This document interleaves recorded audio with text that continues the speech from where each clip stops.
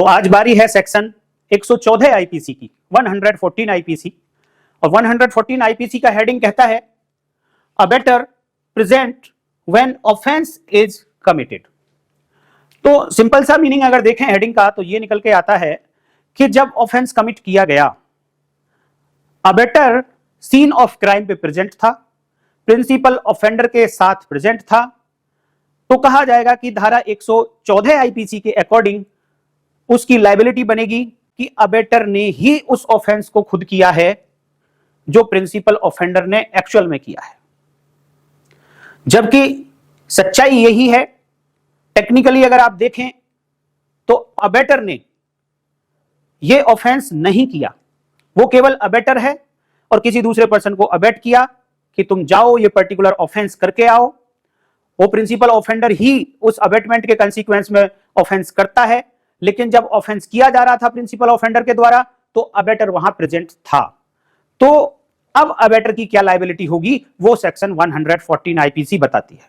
लेकिन ये मैंने बेसिक बताया, तो मैं अब पढ़ना चाहूंगा, मैं डिस्कस करना चाहूंगा 114 आईपीसी की लैंग्वेज क्या कहती है, उसके इंग्रेडिएंट्स क्या क्या होंगे। शुरुआत है व्हेनेवर एनी पर्सन, कॉमा, देखिए कॉमा पर भी बहुत ध्यान दें आप, छोड़ नहीं देना है कॉमा को भी, उसका मीनिंग होता है whenever any person who is absent would be liable to be punished as an abettor is present when the act or offense for which he would be punishable in consequence of the abatement is committed, he shall be deemed to have committed such act or offense। कुछ भी समझ नहीं आया होगा friends, लेकिन मैं अभी आपको पिक्चर क्लियर करूंगा तो आपको लगेगा कि हाँ सब कुछ समझ आ गया है। यहां पर मैंने दो ब्लॉक बनाए फ्रेंड्स, देखना, एक ब्लॉक ये मैंने रेड कलर से, रेड पेन से ब्लॉक बनाया है यहां तक, और दूसरा मैंने ग्रीन कलर से बनाया है यहां तक। ये दोनों ब्लॉक सेक्शन 114 की जान हैं। अगर इन दोनों को नहीं समझा आपने तो 114 आपको समझ नहीं आएगी, आप कंफ्यूज ही रहेंगे। तो इन दोनों को रिमूव करने के बाद अगर आप पढ़ेंगे इस सेक्शन को तो देखिए whenever any person is present when the act or offence is committed, he shall be deemed to have committed such act or offence. बस इतनी सी सेक्शन है। लेकिन जो दो क्वालिफायर यहां पे आपको मिलेंगे, जो मैंने एक ये हु से शुरू होता है हु इज एब्सेंट, और दूसरा क्वालिफायर है फॉर विच से शुरू होता है for which he would B. जो पहला क्वालिफायर है हु इज एब्सेंट, ये इस पर्सन को एक्सप्लेन करता है कि ये पर्सन जिसकी लायबिलिटी हम 114 आईपीसी में डिसाइड कर रहे हैं, वो पर्सन कौन होगा, वो कैसा होगा, उसने क्या क्या किया होना चाहिए, उसकी लायबिलिटी क्या क्या ऑलरेडी होनी चाहिए, तब वो 114 आईपीसी में आएगा। और दूसरा ब्लॉक जो ग्रीन कलर में मैंने बनाया for which he would be punishable, आप उसमें देख लें वेयर एक्ट में, ये उस एक्ट और उस ऑफेंस को एक्सप्लेन करता है जो अबेटमेंट के कंसीक्वेंस में प्रिंसिपल ऑफेंडर ने किया। द एक्ट और द ऑफेंस, ये इन वर्ड्स को एक्सप्लेन करता है। पहले मैं पहले ब्लॉक को समझाता हूं जो पर्सन को एक्सप्लेन करेगा। तो वो पर्सन कैसा होना चाहिए, देखो केवल कोई एक पर्सन प्रेजेंट है मौके पर, सीन ऑफ क्राइम पे प्रेजेंट है जब ऑफेंस हो रहा है, तो केवल प्रेजेंट मात्र होने से 114 आईपीसी की लायबिलिटी नहीं बन जाती है।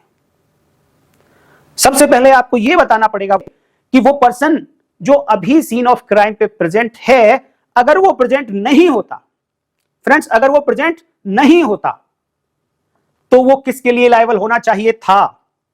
आपको रिकंस्ट्रक्ट करना पड़ेगा सिचुएशन को 114 आईपीसी समझने के लिए। अभी तो प्रेजेंट है अभी की सिचुएशन में, अब आप रिकंस्ट्रक्ट कैसे करेंगे इसे, रिकंस्ट्रक्ट ऐसे करें कि मान लो कि ये पर्सन यहां प्रेजेंट अगर नहीं होता तो किसके लिए लायबल होता है। तो फ्रेंड्स आपका जवाब आना चाहिए कि ये पर्सन अबेटर के लिए लायबल होना चाहिए था, ये पर्सन अबेटर की कैटेगरी में आना चाहिए था। 108 और 107 आईपीसी इसने कंप्लीट कर दी होनी चाहिए थी। मींस कि जब वो एक्ट प्रिंसिपल ऑफेंडर ने किया जिसका अबेटमेंट किया गया था, उससे पहले ये पर्सन जिसको 114 आईपीसी की लायबिलिटी की हम चेक कर रहे हैं, ये पर्सन ने अबेटमेंट कंप्लीट कर दिया हो, तभी ये पर्सन 114 वाला पर्सन कहलाएगा। अगर अबेटमेंट अभी कंप्लीट हुआ नहीं था लेकिन प्रेजेंट था मौके पे, तो वो फिर 114 आईपीसी वाला पर्सन नहीं होगा। अब दूसरे ब्लॉक को ले लेते हैं जो for which he would be punishable in consequence of the abetment.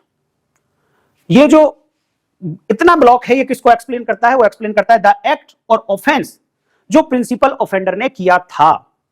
जिस एक्ट और ऑफेंस के लिए लायबिलिटी 114 में चेक की जा रही है, वो एक्ट और ऑफेंस कैसा होना चाहिए? वो एक्ट या वो ऑफेंस ऐसा होना चाहिए कि वो एक्ट और वो ऑफेंस, अबेटर ने जो अबेटमेंट किया था उस अबेटमेंट के कंसीक्वेंस में ही ये एक्ट या ऑफेंस ये किया गया था। मान लो एक अबेटर ने अबेटमेंट भी किया, वो प्रेजेंट भी था, प्रिंसिपल ऑफेंडर जिसको अबेट किया गया उसने एक्ट या ऑफेंस तो किया, लेकिन वो एक्ट या ऑफेंस उस अबेटमेंट के कंसीक्वेंस में ना करके किसी और कंसीक्वेंस में या अपनी एक डिफरेंट इंटेंशन और या किसी और तरीके से ही किया था। तो देखने में तो ऐसा लग रहा है कि अभी भी 114 के अकॉर्डिंग अबेटर लायबल होगा, लेकिन नहीं फ्रेंड्स। अगर ये एक्ट और ये ऑफेंस अगर under consequence of the abetment नहीं किया गया था तो फिर ये पर्सन 114 के अकॉर्डिंग लायबल नहीं होगा। तो यहां पर ये दोनों क्लॉज बहुत इंपॉर्टेंट हैं, अगर इनको आप ध्यान रखेंगे तभी आपको सिचुएशन समझ आएगी। यहां पर जो प्रेजेंट वर्ड यूज हुआ है कि अबेटर प्रेजेंट होना चाहिए जब ऑफेंस कमिट किया जा रहा था, तो इस प्रेजेंट का मतलब क्या होगा? क्या प्रेजेंट का मतलब यह है कि जहां पर प्रिंसिपल ऑफेंडर ऑफेंस कर रहा है बिल्कुल इमीडिएट प्रेजेंस होनी चाहिए? नहीं, ऐसा नहीं है। एक एग्जांपल के थ्रू मैं आपको बताता हूं कि अबेटमेंट किया अबेटर ने कि आप एक घर में एंटर करो और वहां से चोरी करके आप ले आओ।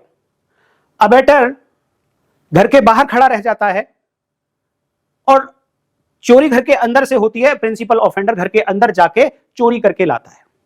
तो जो ऑफेंस कमिट हुआ वो घर के अंदर हुआ और जो अबेटर था वो घर के बाहर खड़ा था। तो क्या कहा जाएगा कि अबेटर इस सिचुएशन में प्रेजेंट है जो सेक्शन 114 के लिए आवश्यक है? तो बिल्कुल कहा जाएगा कि अबेटर वहां प्रेजेंट था और 114 की लायबिलिटी उस पर लगेगी। और एक बात कि कितनी देर तक प्रेजेंट रहे अबेटर वहां पर, तो फ्रेंड्स सुप्रीम कोर्ट की जजमेंट है, उन्होंने ये कहा कि जरूरी नहीं है कि अबेटर पूरी की पूरी ट्रांजैक्शन में प्रेजेंट रहे। अगर मटेरियल टाइम पर वो प्रेजेंट रहा, बाकी मटेरियल टाइम से पहले या बाद में पूरी ट्रांजैक्शन में प्रेजेंट नहीं भी रहा, तब भी माना जाएगा कि वो सेक्शन 114 में जो प्रेजेंट वर्ड लिखा है वो उसने कंप्लीट कर दिया और 114 आईपीसी की लायबिलिटी उसको लगेगी। सेक्शन 114 आईपीसी ये कहती है कि अगर अबेटर प्रेजेंट था तो ये माना जाएगा कि जो ऑफेंस प्रिंसिपल ऑफेंडर ने किया वही ऑफेंस स्वयं खुद अबेटर ने भी किया है। मेरी वीडियो से अगर आपको कुछ इंफॉर्मेशन मिलती है, आपकी इंफॉर्मेशन में कुछ एडिशन होता है फ्रेंड्स, आप उसे लाइक करिए, फ्रेंड्स के साथ शेयर करिए, ज्यादा से ज्यादा शेयर करिए और चैनल को सब्सक्राइब कर लीजिए अगर आप नए हैं चैनल के ऊपर। तो आपको ऐसी ही वीडियोस, इंफॉर्मेटिव वीडियोस लॉ के ऊपर आपको मिलती रहेंगी। अभी हम आईपीसी पढ़ा रहे हैं, आगे फिर हम सीआरपीसी, एविडेंस एक्ट भी पढ़ाएंगे। तो आप बस चैनल के साथ बने रहिए, नॉलेज आपको मिलती रहेगी, 100% आप दूसरे लोगों से अलग हो जाएंगे।